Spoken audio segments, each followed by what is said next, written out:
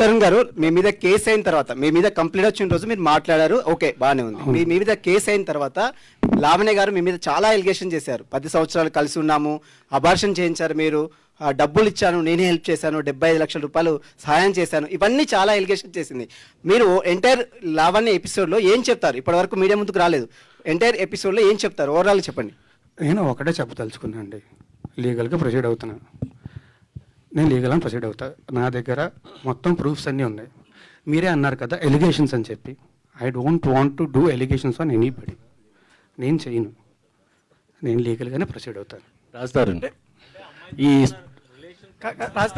అమ్మతో ఉన్నటువంటి ఫొటోస్ కావచ్చు, మీరు కలిసి ఉన్న జీవితంలో మీరు అబార్షన్ చేసిన రిపోర్ట్స్ కావచ్చు, అన్ని చూపిస్తారు కదా. చేసిన రిపోర్ట్స్ ఎక్కడ ఉన్నాయండి? అబార్షన్ చేసిన రిపోర్ట్స్ ఉంటే ఫస్ట్ వాళ్ళు కేసు పెట్టాలి కదా. కేసే ఫైల్ చేయలేదుగా పోలీసులు.